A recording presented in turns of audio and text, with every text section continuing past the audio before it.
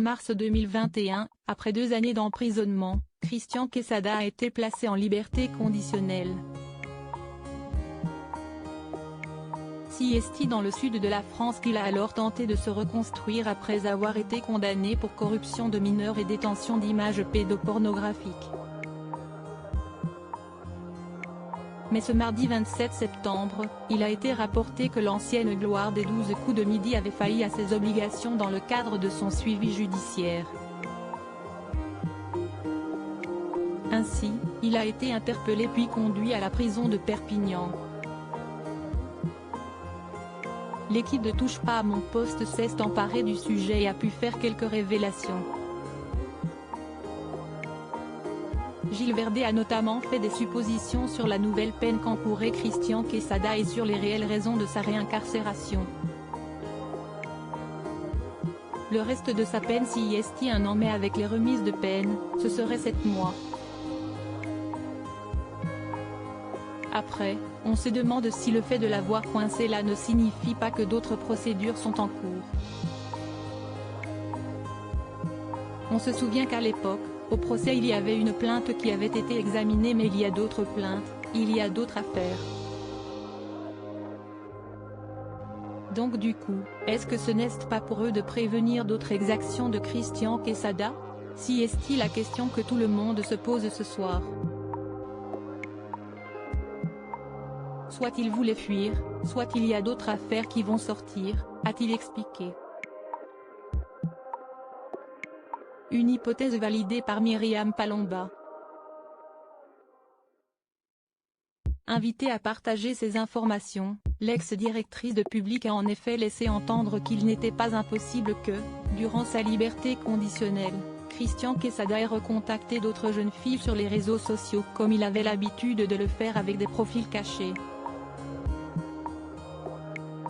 Siesti pour ça que le juge veut mettre fin à tout ça, à ces risques, a-t-elle précisé. Le but de ces discussions était de parler de sexe justement. Guillaume Janton en a profité pour révéler la déposition de Christian Quesada auprès du procureur sur le sujet de la corruption de mineurs. Donc Christian Quesada, il crée un faux profil Facebook où il s'appelle Justine Ferrand. Il s'en servait pour rentrer en contact avec des jeunes filles mineures. Donc, le juge lui demande, connaissez-vous le compte Facebook dont le pseudo est Justine Ferrand? Oui, Siesti moi qui l'a créé, ça faisait plus crédible pour les jeux auxquels je jouais, apprend Théon. Lors de son interrogatoire, Christian Quesada précisait qu'il entrait alors en contact avec des filles jeunes, quelques garçons, et 1 ou 2 adultes et que c'était du chat à connotation sexuelle. Le but de ces discussions était de parler de sexe et d'obtenir des photos dénudées, des photos des parties intimes, a-t-il encore admis. Avec une jeune fille, Christian Quesada, toujours sous le pseudo de Justine Ferrand, était même allé jusqu'à lui proposer de coucher avec lui pour de l'argent. Oui, Siesti du pur fantasme, ça ne s'est passé qu'avec elle et je ne saurais dire pourquoi. J'ai un problème avec la tranche d'âge 15-21 ans.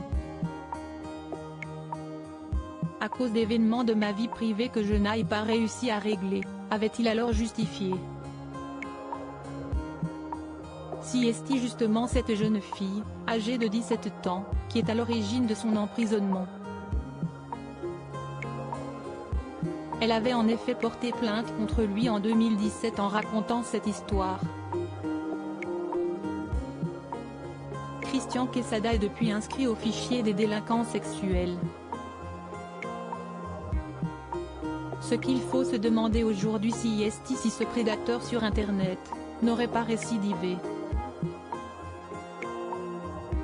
Ça poserait la question de, Quesada peut-il se réinsérer un jour?